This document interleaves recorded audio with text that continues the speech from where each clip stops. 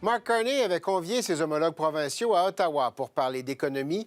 Or, ce sont les mouvements séparatistes qui ont fini par dominer les conversations.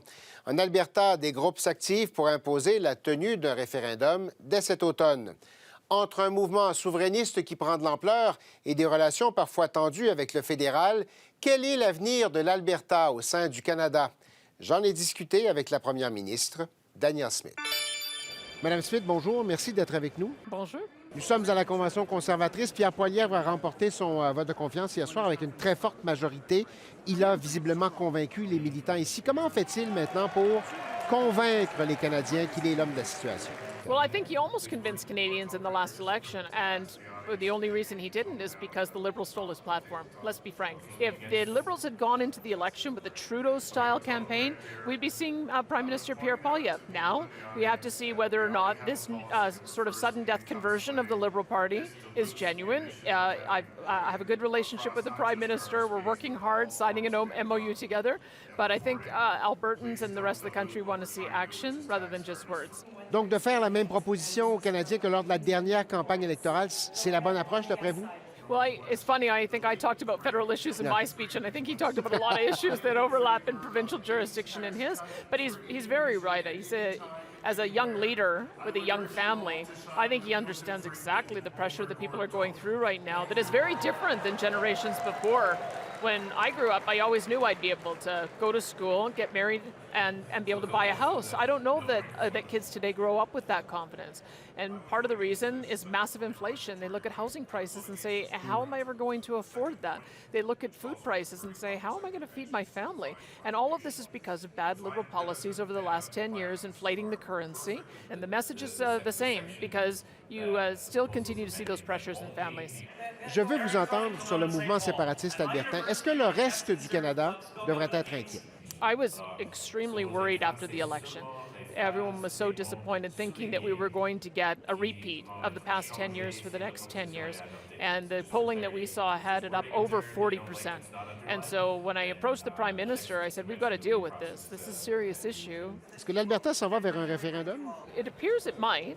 We had one petition campaign that was successful. The proponent afterwards got cold feet and said, no, don't put it to a vote. So we have to assess what to do there. But there's another petition campaign that is very much along the same lines. And if it gets the number of signatures, then yes, I mean, that's how citizen-initiated referenda work. Est-ce que ça vous inquiète? I'm worried that if we don't make enough progress on the things that matter to Albertans, there could be a send a message. And sometimes when you send a message, you can overcompensate.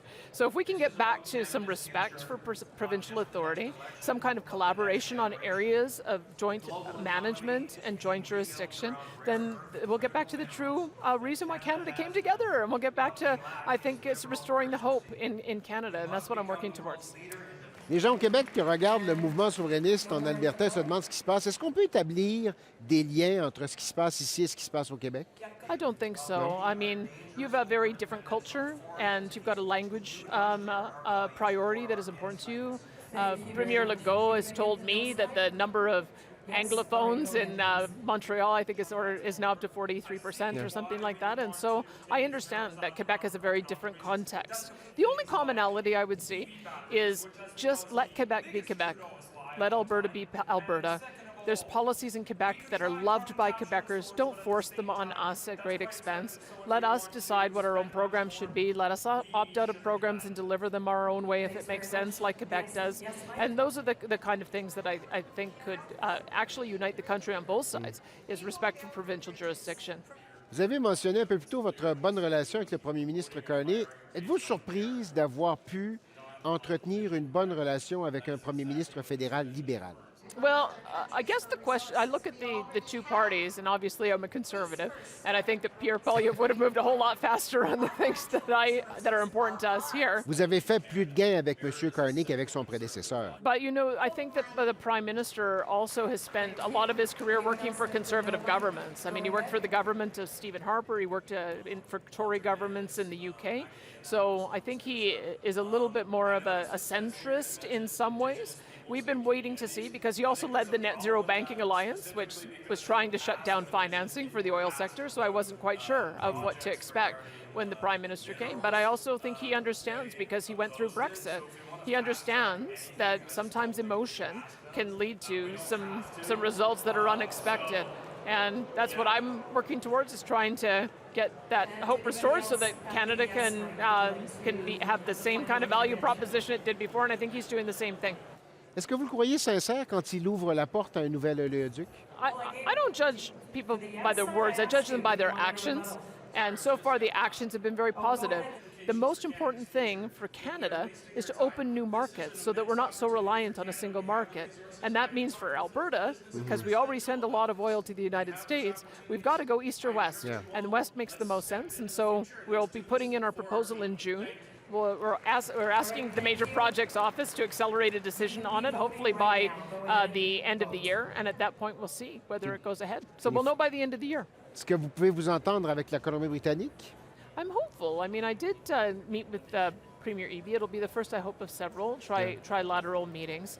And so that's what I told him that we were working towards. And so I think that gave him some comfort that we're addressing the two big issues that matter, or three big issues that matter in British Columbia, demonstrating economic value, but more importantly, making sure Indigenous communities have an ownership stake, because that's another thing that we'll be able to address from an economic value point of view. It could be hundreds of millions of dollars that would go to these bands, which is life-changing for their people, and that's the proposition we've put on the table. And then, of course, as I mentioned, the environmental issues, and we're addressing all of those. Tout à l'heure, vous êtes adressé à la Convention conservatrice et vous avez prononcé quelques mots en français.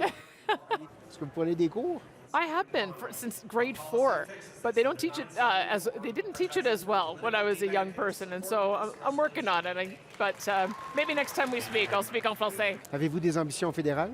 I have an ambition to talk to all Canadians in the two official languages. I think that if we had had more politicians who knew how to speak French in Quebec, we might have been able to do a better job of selling the benefits of Energy East, for instance, one of the pipelines that failed. We might have been able to do a better job of showing them how we were addressing the issues of emissions differently through carbon capture, utilization and storage, and hydrogen, and nature-based solutions. And so that's if I ever get to a point where I can give a speech in French, that would be the reason why. Danielle Smith, merci beaucoup d'avoir été des nôtres. My pleasure.